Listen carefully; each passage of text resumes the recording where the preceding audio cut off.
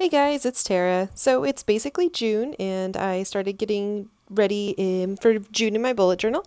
And I thought I would just film another little plan with me video and show you guys what May looked like. It was pretty simple. I didn't really do a lot of spreads. I've kind of gotten into that habit where I'm just using it solely for journaling. I don't have a lot of things to track right now. I'm just trying to get back on track with my life, basically. So I used a lot for like YouTube stuff, which is really helpful for me right now. And then in June, I decided to try and utilize my stencils, my alphabet stencils. I don't use these as often as I should, and I have quite a few of them, so I thought I would give it a go.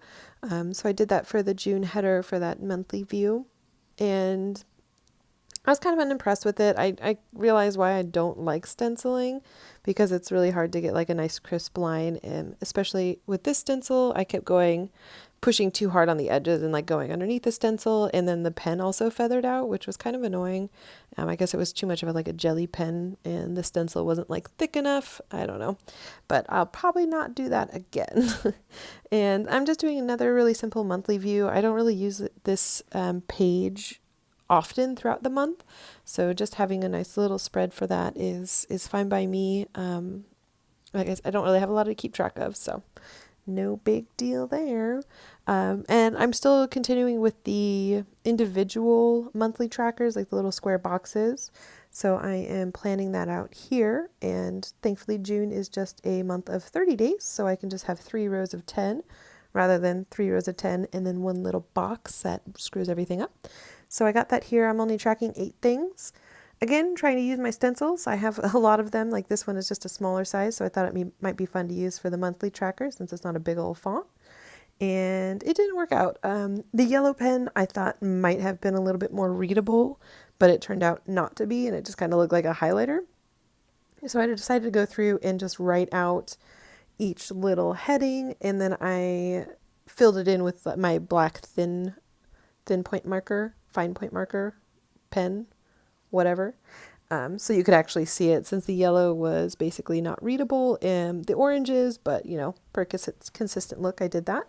And then I colored in the June header with the orange and yellow markers. I like the little thing that I'm doing here. So I did like the top orange and the bottom yellow, and the Tombow markers are really great for kind of blending into each other. So they're fun to use in that manner. Yeah, and then this spread here is going to be for postage stamp rates.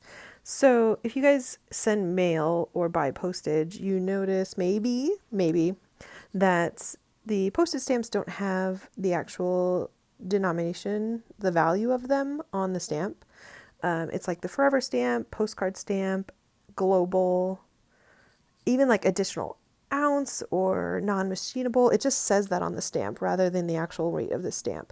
It is literally the most frustrating thing to me in the world.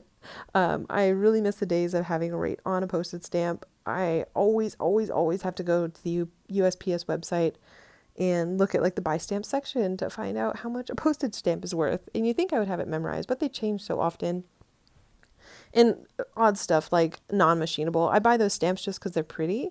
I really like the butterfly, but I never memorize how much that stamp is actually worth. I know it's more than a first class stamp, but I don't know how much.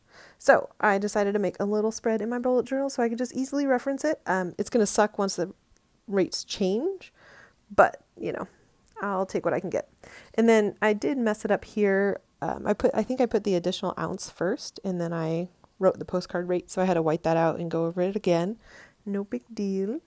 This one here is going to be a new to write spread. I'm almost finished with the one I had, I think it was in February, the green one, so probably February.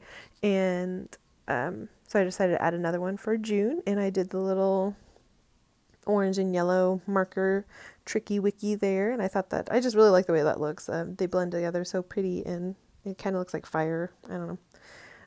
Yeah, so I'm just doing another one of these guys. It just has the name of the person who sent me mail, or the name of the person that I need to send mail to, their location, if I receive something from them, the date I received it, when I wrote the letter, and then when I sent the letter, because those are usually 2 different days on my side, because I'm really great about writing letters, but I'm very bad about putting them on envelopes and sending them out.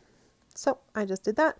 I did all the lines in advance because I get lazy and I don't like doing lines. So if I just do them all at once, it works out better for me.